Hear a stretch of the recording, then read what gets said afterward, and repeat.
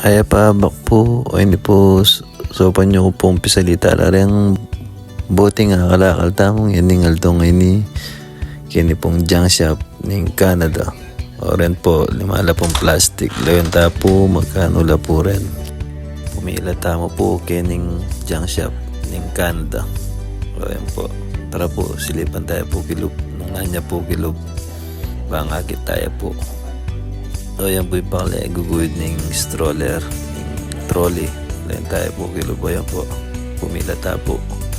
Ay hindi po atsyuta na kilubayan po iti Cherjohan na usano po rin boti. Isalita la po. Atsyuta na po yung counter. O yan po, may $21 sana po kanyan. Ayan po, sige pakle, bulos mo mo. Atin pong pera kim basura. O yan po.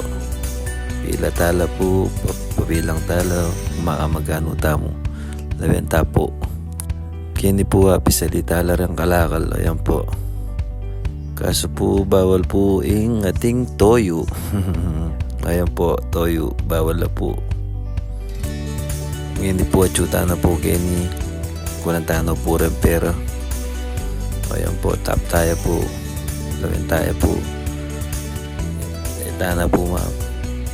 Tana po mami tip po yan mga $40 tapo ayan po paluan pananta po lumual itano po dyan tip po kailangan tala rin po rin pero o yan po o yan pananta po o yan po rin $40 sa Malines mga $40 tapo ngayon ng aldongay ni thank you po, thank you Lord. Thank you for watching. God bless nga po kayo katamo. Kentutuki naman po. Love you all.